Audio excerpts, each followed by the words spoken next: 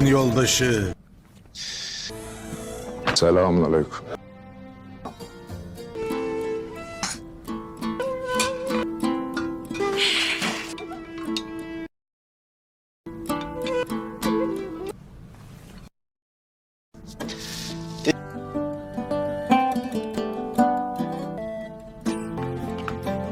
आसमान खुद को दो दीवारों के अंदर बंद होता देखते हैं और जब वो एक दीवार की तरफ जाते हैं तो वो भी बंद हो जाती है और दूसरी तरफ जाते हैं वो भी बंद हो जाती है। जब वो दीवार को तोड़ने की कोशिश करते हैं तो आग उस पर हमला कर देती है और इसी खौफ से उनकी आंख खुल जाती है। वो बहुत परेशानी के आलम में बाहर आते हैं और तरकत को सारा मामला बताते हैं और जहाँ जुबैर डूब रहा था वहाँ ही असलम अपनी साजिशों में मसरूफ था। उसे कोई तरस नहीं आ रहा था। मेरे चैनल के साथ जुड़े रहिए, लाइक और सब्सक्राइब करें।